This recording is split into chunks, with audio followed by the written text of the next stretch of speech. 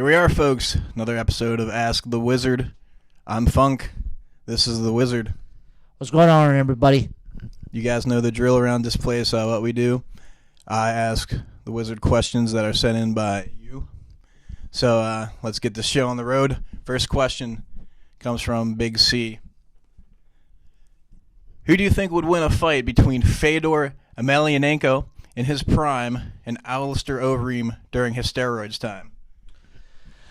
Well, I'll tell you this, Big C, that when during their primes, I have to go with Fedor Emelianenko because the guy was unbelievable. He had underrated striking, but his ground game was by far one of the sickest ground games I ever did see.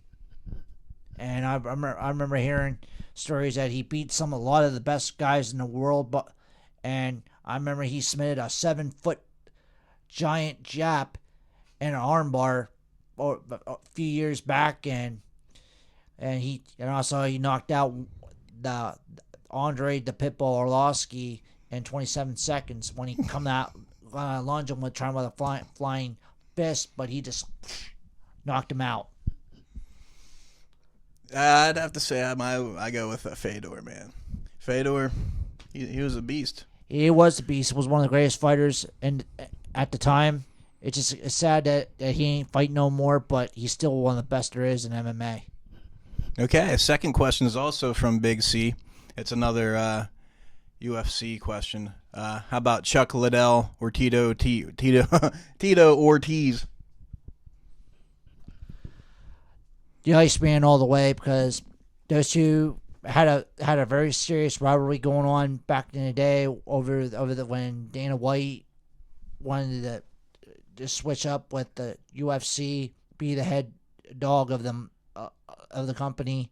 And what happened with those two, they were training partners, they were good friends, but when that thing started blowing over, Tito wanted out of there because he didn't want to worry about the money. He was worried about the fighting because he didn't want to fight Chuck, and Chuck was so offended by it, and so did Dana, and Tito pissed Dana off so much that he didn't want nothing to do with him. He almost pretty much cut him from the UFC because of that ordeal, but he gave him another chance despite their differences, the history between Tito and Dana. And to this day, they still don't like each other because Tito, they always and Dana just don't agree. Hell, he thinks he's the dumbest business manager of MMA ever done. And Chuck Liddell, Dana White and him are very good friends. They've still been great friends. He was watching out for him when Chuck wasn't fighting up to his prime, when he was during the last few years of his career, and he'd tell him, please retire. I'll get you a job. You always have a job with me in the UFC, and Chuck Liddell does. And the Iceman was one of the greatest light heavyweights in UFC's history, but John Bone Jones is the man, but he had a hell of a fight against the Swede, and I can't. But till days two fight again, I don't see no one taking him except that Swede. That was a hell of a fight, and we'll see. We'll see how it goes. And another thing I like to talk about, that the axe murderer and Chael Sonnen, buddy. I will say this, my friend.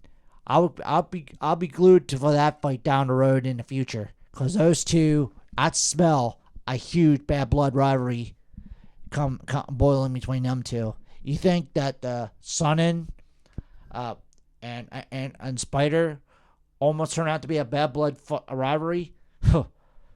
This one's is bad blood in the making, my friend. Who do you got in that fight, Blue? Well, Sonnen, as an American gangster as he is, I have to say, I have to go with the axe murderer on this one by knockout, because I'll tell you right now how bad an axe murderer is. I'm telling you right now, Sonnen really bit too much did he chew on this time. Yeah. And Chuck better Sonnen better be ready for an all-out bloodbath. I would like to see Wanderlei win, but I don't know if it's going to happen. I mean, he's up there. He's old. He's gotten beat. Yeah, they're both around about the same age, but I still say that I think that Wanderlei and Sonnen will be a great fight. But I will say that I have to go with the axe murderer on this one because I know that they're fighters that got really mad and fought angry with guys they don't like, and come back and bit them in the ass down the road at times. But they just gotta quit. Don't fight angry and go out there and get the job done. And another lesson I've learned is that you can see why GSP didn't fight as well as he did, what he usually does when he gets against guys that were driving him crazy during the fights. That when he fought Nick Diaz drove him crazy. I never saw any fighter pissed him off than Diaz did. I'm not gonna lie. Yeah, I'm glad he won the fight, but I didn't like that fight at all, in my opinion. Sonnen, GSP, he could have fought better than that. I would love to see him go out there and kick the shit out of any guy that pisses him off like that. And I can't wait to fight in 6 weeks with him and Hendricks. And I'm pulling for GSP, but he better watch out because Hendricks got a mean left hook that can knock him on his ass without warning. So I hope he's training hard. Hope he's ready for a hell of a battle in 6 weeks. There you go. Big C, your questions are answered, plus some. Next blow, we posted a thing on the Talking Sports Facebook page about Michael Jordan's statement that said he could beat LeBron in his prime. What do you think about that? Who you got, LeBron or you got Jordan in their prime? Well, a lot of you probably don't know this. I was a huge Michael Jordan fan of the Chicago Bull era, and I will say this: don't get me wrong, LeBron's a hell of a player. He's just the most talented players in the game today. But when it comes to defense and his drive to win, I had to go with MJ on one battle between LeBron because LeBron, he's a great player. He could shoot the ball from outside. He's a little bit bigger, a little faster. But MJ, he's just a better defender. And and one key ingredient of the game, he used a little bit of trash talk in his arsenal. So between the two, it'll be interesting who could back up its game by that type during that scenario. But the world may never know. The world will never know. That's right. We'll never know that. But if there was one of them, go back in like a time machine, like a Millennium, like between the Millennium Falcon, like between MJ and LeBron James, I have to go with MJ all the way. That's just my book, and because he's the greatest player ever lived, and he always will be. Okay, here's another question. This one's from me. Michael Jordan or Darth Vader? Who do you got? Basketball game. MJ all the way. Vader's tall. He can throw things without touching them. But remember, Michael Jordan is more athletic, and also he's known for his airness, and also if they're in space, he could probably jump 90 feet. Yep. There's no gravity. Yeah. Who knows? That's a big fucking dunk. Yeah. Last but not least, folks, on our Facebook page, we're seven likes away from 100. That's right. So if you do us a little favor and help us get to 100 likes, help Marlin out here on TheMarlinShow.com. We'll give you this pack of Pirates playing cards, still sealed in the box, officially licensed.